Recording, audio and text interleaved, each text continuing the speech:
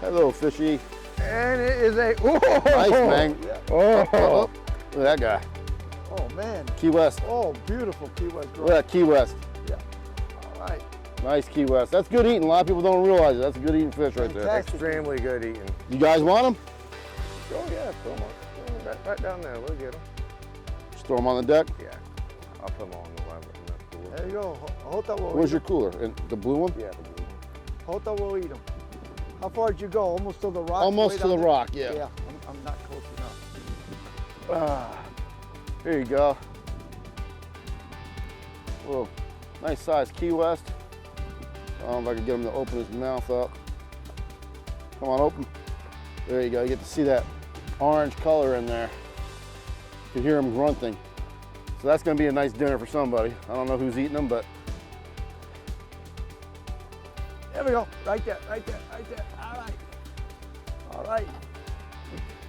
Man, as soon as you get close to the rocks, they're really whacking it. There we go. That's a good sign though. Yep. Getting this ledge turned on. Oh yeah. I'm going to get a shrimpy. Oh, That's a sheepus. That's a sheepy. Well, sheepy never hurt nobody. There we go. That's got wet great. Oh yes, baby. Look at that. Yeah. Can you hand me a shrimp, please? Oh, I had one in there too. There you go, grab one of those. Okay, guys. Be afraid to take some of these fish home if y'all want to. Because I promise you. Oh, Sergio won't be afraid, trust me. I really don't want to kill any fish unless we have to. You sure? You know, leave them for another day for somebody else. But you know, we'll give some grunts for Hota. Oh, Sergio, the season, we're almost done with them up here. Yeah. All right, here we go. Another great day on the water with Fishing Adventures Florida. And today our guest captain is Captain Frankie Gonzalez. And he called me up and said, hey, I got something different. This is his backyard, the Bayport area. And we're gonna do a little bit of shallow water fishing, but it's a little different. Yeah, right, we're going rock pile jumping. Yeah, pretty much. And then we're going to see what happens. We actually got a good day finally, because you know the weather's been so bad. Looks like we might be able to get away with it. So let's wish us luck. Stay tuned and watch the show. Sometimes, if you got close quarters, like Sergio's in close quarters, he's got a T-top above him. If you're just got to do a short cast, you got to watch doing this that you don't let the hook grab you, but you can just pull down like this, let go, and it'll cast it for you. So that's a way if you're in close quarters, you can get a little cast to get it out there. The secret is here now that you can see the rock pile right there in front of us, and that's where the fish are going to be. But we got a real strong current, so as soon as it hits the water, although we're using like a 3/8 jig head with the hook on it, it's pushing it pretty fast. So you got to keep casting and keeping it close to the rocks, because those fish aren't going to leave their home. That's their nesting home, and they're either going to bite close to the rocks, but they're not going to get out here in the open. And just to show that again, make sure the hook is nowhere near your finger, and then you can just go like that, and that'll give you a cast.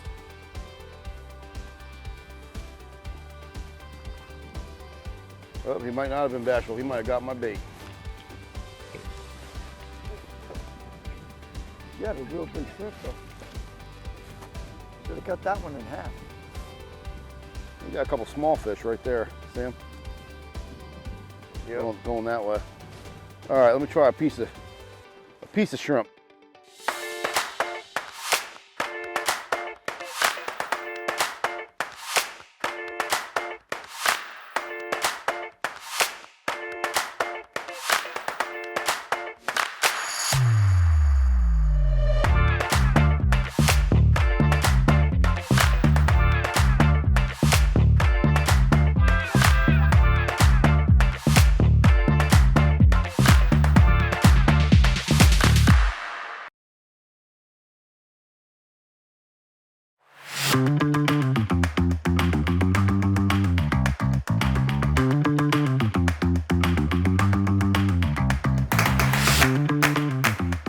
So how you guys doing? So all we're catching them on is shrimp, with a Tampa Bay Fishing Channel a weighted hook.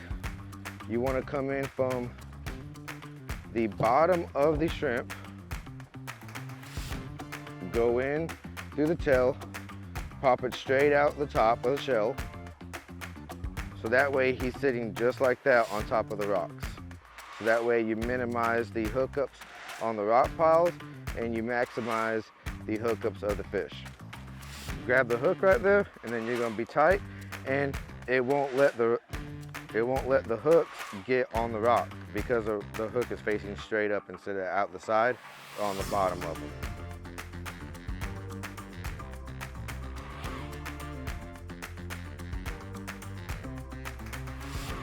Got him now, baby. I just had to tell you to catch one. That's right. You see, next time tell me to catch another one. Oh yeah. Oh, he got off. Oh man. He was on there, baby. That's like that agony and defeat video. I know it. He was on there. You had him, yeah. That one. Here we go. And I'm gonna put this one out the back of the boat. All right, bring him in. What's he got? What's he got? I don't know. Sheeper. Little sheeper? All right, I'm gonna put this one out the back of the boat, George. Never know, man. Now what's really neat about these is how human-like the teeth are. So,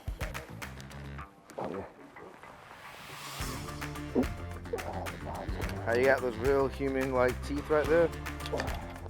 They're designed for just crushing baits and crushing crustaceans. Just like that, and then the top ones, just like ours.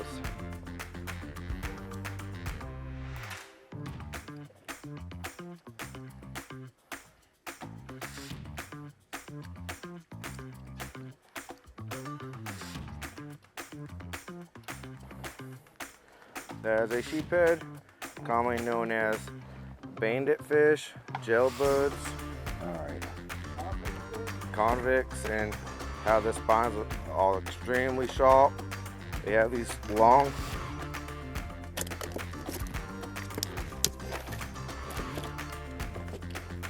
Yeah, thank you. long dorsal fins like this, but great eating and fun fighting fish.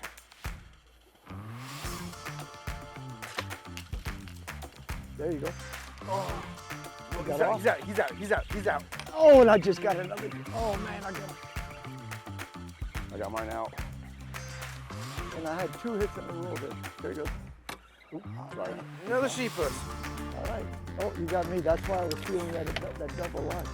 That double bite. Okay. You got a bite and I got a bite. There you go. All right. There we go. See? There we go. Sun came out. They're getting hopped up, man. Maybe we'll get something on that big rod. It'd be nice if we got something big. You know? That'd be nice.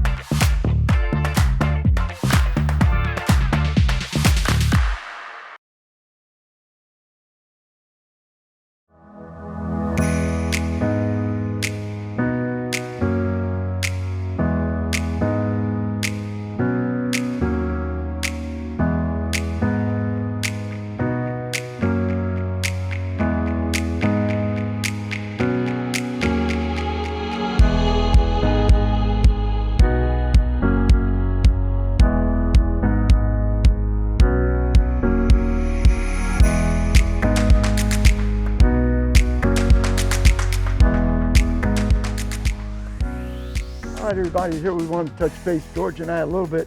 We use fins, braided line, especially wind tamer, George. Yep. And the word tells you what it means. You don't get a lot of wind knots out of it. Right.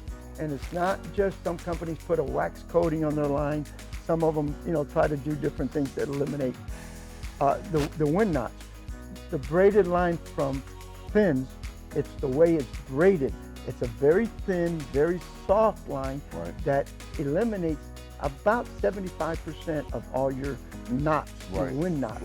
You know, and what's nice is, I mean, they got a variety of, obviously, you know, pound tests and strengths, and they've got a wide variety of colors. And a lot of people like Sergio, what he does is he uses the color as a code system to let him know, okay, his white is 15, his yellow is 10, his green is 30. So that way, he doesn't have to remember what rod has what on it. All you gotta do is, when I have a client on the boat, I can tell him, hey, get the reel with the white line or get the reel with the yellow line. I know he's got the right pound test for what the structure or area that you're fishing. Right. And the other thing too is it just eliminates the wind knots. And the biggest problem with wind knots is when you're using like shrimp in the winter, you're free lining it, or live bait, it's a live bait. You got a little bit of wind, you don't have enough weight to really get that line straight out, and that's where that little loop comes in, and you're bringing it back, and it makes a loop in the reel. Next time you cast, you got the knot. This eliminates about 75% of it. And their lines are underrated. I mean, if it says 10-pound test, it's going to break over 10 pounds without a doubt. You know, they always play it safe that way. I think it's like about 25%. It's about 20 to 25%. It depends on the line. But if you got 10-pound test, it's going to break around maybe 14, maybe 15. A 15-pound test is going to break a little over 20. This 30-pound braid is going to break at about 38 pounds. So the other advantage about using braided now versus monofilament is you can put a lot more line on the reel. I mean, because of the thickness of the line. Especially like with tarpon fishing, that really helps having that extra line on there. The other benefit is the braid being so much thinner when you're fishing in current. If you're in 20 feet of water, maybe you're free lining baits for grouper or something of that nature, your braided line, because it's so much thinner than the mono, is not going to catch the current as much, and that bait or lure or whatever you're using will go down in the water column. Especially when you're like using a jig head or a small sinker and you're in 20, 30, 40 feet of water.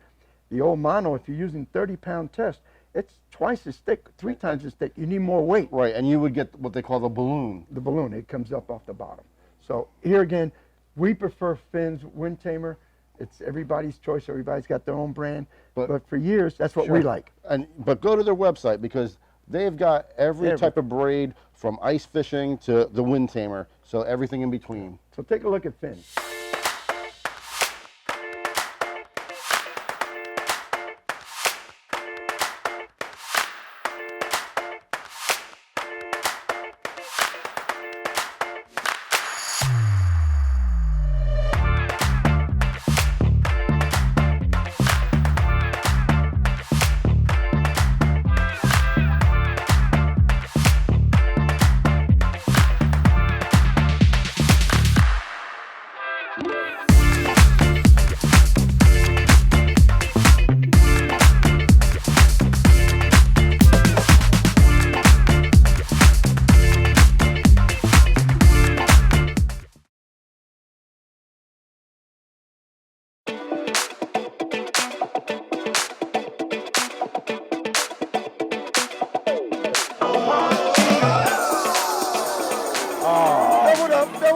Nope, mine got off. Uh-oh. What is going on with that? Well, that happened to me. What do I have? Little gag. Little gag grouper.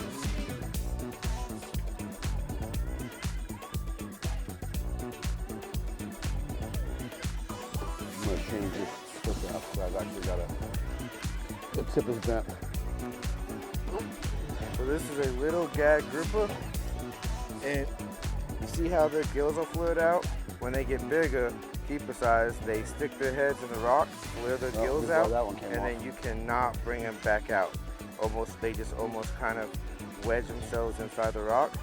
But as a juvenile, and you can see how he's got the white tips on his tail, that's when they're eating a lot of crustaceans. Absolute beautiful little fish, and I'm happy to see these come in here like this, because eventually this is going to be a keeper, and they are phenomenal eating. And then you can see the scars on the side of them from when he was inside the rocks.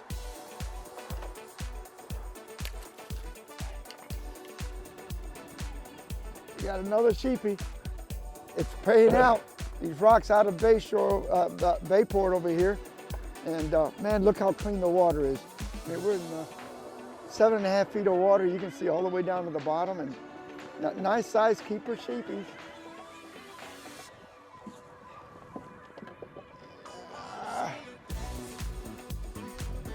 Nice, really, you know, that one's a little baby one. But you know what? He gave us some action. That's all we can ask for.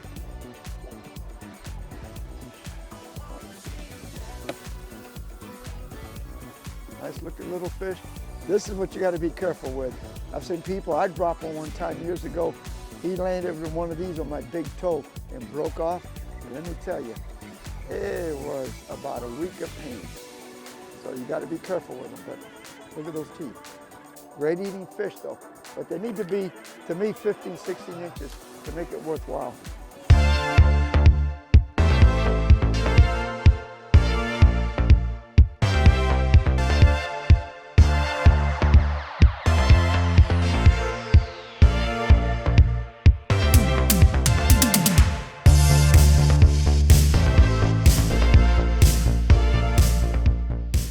Well, on shrimp, this is a ladyfish spot right here. At the moment. At the moment. Sometimes there's redfish, but there's a Definitely school of ladies moved in. And one of the things when you got a ladyfish on, remember, when you pick them up, Oh yeah. always make sure that you aim them away from you, because they love to poop. And when they poop, Projectile. yep, it gets all over your clothes, all over the boat, and it's hard to clean. So always aim the bottom away from you, you know? Or somebody that's being bad at the boat, on the boat.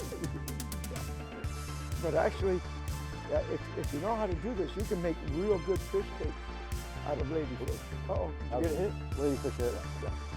There it is. Oh, There we go. You got it? Yes. Okay. There we said we were gonna go, that's why. See, that's the way to end the show. There we go. Where the fish? Where the fishy? Oh, it's coming right at the boat. Get back over there.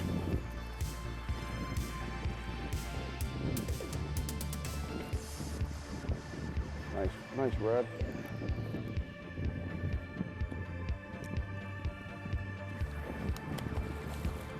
You know what I bet you it is? I bet you they just don't want to mud it because it's moving. There we go. I bet you it's they just don't want to mud it because it's moving. Relax, relax. There we go.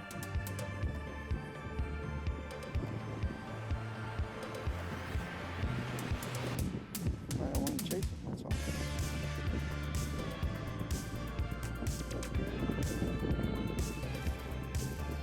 There we go. All right.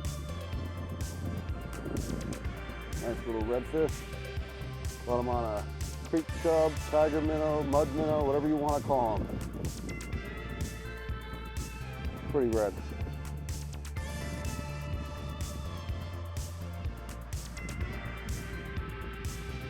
Good. 19.